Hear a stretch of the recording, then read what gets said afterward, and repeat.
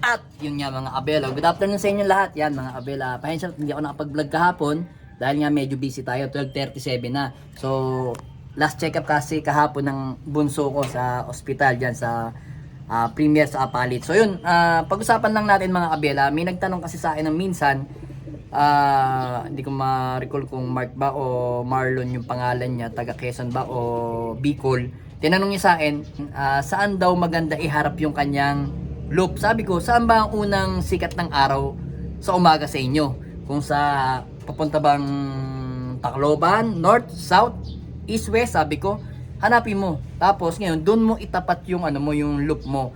Yung unang sikat pa lang ng araw, kako, kailangan matatamaan na yung loop mo kasi kailangan ng mga young bird natin yung, o mga ibon. Kasi, di ba napapansin mo pag umuulan, nagbibilad sila sa araw o sa nagpapaulan sila sa ulan, sa araw naman nagbibilad sila kada umaga. So kailangan ng ibon natin yon kako kasi yun nagbibigay ng ano yun, ng sustansya sa mga ibon natin, tsaka nagpapalakas din ng baga ng ibon natin. So kailangan pag sikat pa lang ng araw, tatamaan na kagad yung mga ibon mo o yung aviary mo, yung loop mo, maganda. Kagaya nito nung loop ko, pakita ko lang sa inyo, no. Kasi ngayon tanghali kasi ngayon para makita ninyo kung saan yung bugso ng ano, ng unang sikat ng araw, ayan mga abel. So ngayon, mapapansin nyo, ayan, tapat na tapat yung araw, ayan, oh. Ayan yung araw sa taas, oh. Ayan. So ngayon, doon nakatapat yung ano, yung unang sikat ng araw diyan, tataas yan diyan. Kaya yung loop ko, ayan, oh, mapapansin nyo, nakatama sa araw. Sa umaga, kaya dito ko siya iniharap. So ngayon, paghapon naman, yan, kagaya ngayon, mga mag-aalauna na, yung araw naman, papalubog dito sa kabila. Yan, dito yan, papalubog dito. So mas mainam talaga, nakatapat yung, ano nyo, yung loop nyo, sa araw pagka sa umaga para yung ibon ninyo magbilad yan mga abel. Kita nyo naman, oh, kahit pa paano nagbibilad sila dito. Kaninang umaga nandito sila lahat. Ngayon tanghali kasi tapos na silang rumonde, nagpakain na rin tayo ng ibon, kaya yung mga ibang ibon natin nandun na sa loob, doon sila nagpapahinga. So mapapansin nyo, di ba, pag nagkakalak tayo, hindi ako makapunta dito dahil sobrang init, lalo sa umaga mga parteng alas 8 o alas 9. Nandun ako sa bandang upuan na yon kasi ito tapat na tapat sa araw. Kaya pansin niyo mga abelo, yan yung ibon ko, ayan, oh, kitang-kita nyo, doon tatama yung araw. O ngayon naman, katanghalian tapat yan. So yun nga, mas mainam talaga pag nagpatayo kayo ng loop, kailangan yung aviary ninyo, yung loop ninyo nakaharap doon sa araw, sa lalong-lalo na sa umaga. Yung araw, kailangan ng ibon yan, lalo na yung mga sarado, ay yung tawag dito, yung madilim pa yung mga mata, makikita nila kung saan ang unang sikat ng araw, makikita agad nila. Tapos yun, nakapagbilad sila dito, napakainam sa mga young bird natin nun. Tapos sa mga ano pa, lalo sa mga nakalaban din natin, kasi yung mga nakalaban natin, syempre like ako, sample ko na lang, no, ako busy ako sa umaga, hindi ko sila napapalipad ng 7 o'clock, 8 o'clock, 9 o'clock. Hindi, kasi nasa trabaho ko, nasa pwesto ko. So ngayon, ang mga ibon ko, nagbibilad na lang dito. O kaya ginagawa ko, yung mga young bird ko, dito ko lang. Sasaraduhan ko yan ng aking aviary, tapos nandito lang sila sa aviary hanggang pagdating ko alas 11. Then papasok sila sa loob. Tapos doon sila magiinom, magkakainan na mga abel. So ganun din ang ginagawa ko, alternate. Kung may mga young bird naman ako, kaunti lang, doon ko ilalagay sa kabila, yun, doon sa maliit ko ng aviary. Pero doon sa mga nakalaban ko, na kagaya ng mga naka-derby ko, ngayong, kunyari, sample la, winter, North Race, dito ko sila ibibilad. Ibibilad ko sila ng umaga, pero lalagyan ko sila ng konting tubig dito. Ngayon, isa yun sa nagbibigay sa kanila ng pampalakas ng resistensya at saka yung baga. Pagka lalo't nakabilad sila sa umaga, sa araw, napakainam sa ibon yun mga abel. Talagang kahit yung mga breeder ninyo, di ba, like nito mga abel, oh, pansinin yung mga breeder ko dito, ayan, oh, sa umaga nabibilad yan ng araw. Pag sikat ng araw yan, lahat yan natatamaan. Kaya yung mga young bird natin dito, mga breeder natin, mga healthy sila mga abel. Kagaya nito, sobrang init na, kaya medyo umiilag na tayo sa araw kasi napakasakit sa ulo, aray mo.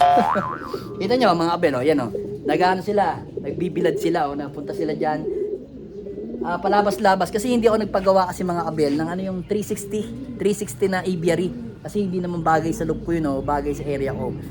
Bagay lang yun sa mga malalaki at saka matataas na loop. Ang loop natin medyo mababa lang. Sakto lang naman sa mga ibon natin. Pero yun may papayo ko nga lang sa inyo mga kabel. Kailangan yung loop ninyo iharap nyo sa sa araw pagka syempre pag bungad pa lang ng araw sa umaga, naiinitan kagaya niyan. Kita nyo, yung loop natin simple lang pero naiinitan kaagad. Yan. Malaking tulong sa kanila yung araw mga kabel. Napakalaki sobra. Kasi di ba, kagaya niyan, di ba, yung iba nagpo-force fly. Ako hindi ako nakapag-force fly ngayon dahil yung ginagawa ko ng diskarte, binibilad ko na lang sa aviary yung mga ibon ko every morning. Tapos, pagdating ko, tinatanggal ko sila sa aviary, tapos paliliparin ko naman nun. Pag lipad nila, tumatagal naman sila ng mga 45 minutes, tapos bababa sila. Doon naman tayo, magpapakain naman tayo ng mga ibon natin. Yan.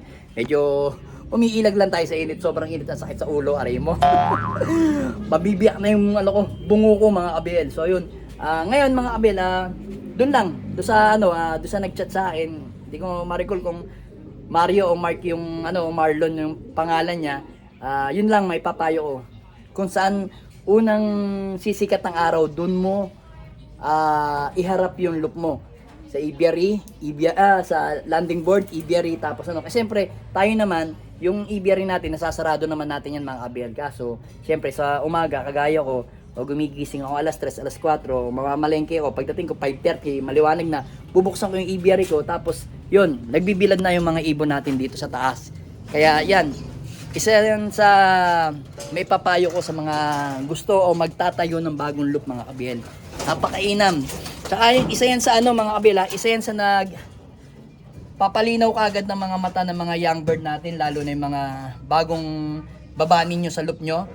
Paarawan nyo lang araw-araw, siguro mga 1 week lang. Makikita nyo yung tikas ng ibon ninyo pagka nakabilad lang lagi sa araw. Doon nyo makikita yung malakas na resistensya at saka yung mahina resistensya. Kasi pag ang ibon, napapansin nyo, nainitan lang tapos hingal kabayo na, talagang lawit na yung dila, ibig sabihin hindi siya po pwede sa pangmalayo ang karera, pangmalapitan lang siya.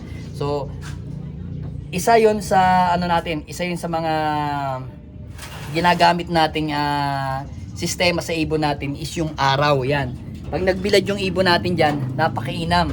Tsaka yung ibon nyo, lalakas yung baga at saka resistensya. Tapos syempre, yun nga, depende yan sa depende sa pag-aalaga yan. Kanya-kanya kasi tayo ng lifestyle Syempre ako, lifestyle ko, nagmamami ako. Alas 3, alas 4 namamalengke, tapos pag-uwi, yan, doon ko papakawalan yung mga ibon ko sa aviary. Pero ito naman, naka-open naman to, lagi, naka-open. Kasi, mas mainam kasi, dito pa lang sila, nakakapagbilad na sila. Tapos yung mga ibang mga young bird na hindi pa talaga nakakalipad sa box perch, dyan sila, sa baba, yan. O-open ko lang yan mga kabelo, yan. So yun binigyan ko lang ng payo yung nagchat sa atin ng nakaraang araw. Kaso busy nga lang kasi ako. Kasi nga, yun nga, yung anak ko, nadala ko sa ospital, kaya hindi ako masyado nakakapag-vlog mga kabelo. So yun mga kabelo, sa Saturday, first training natin sa PRC, abangan ninyo, magsasakay na tayo mga kabel.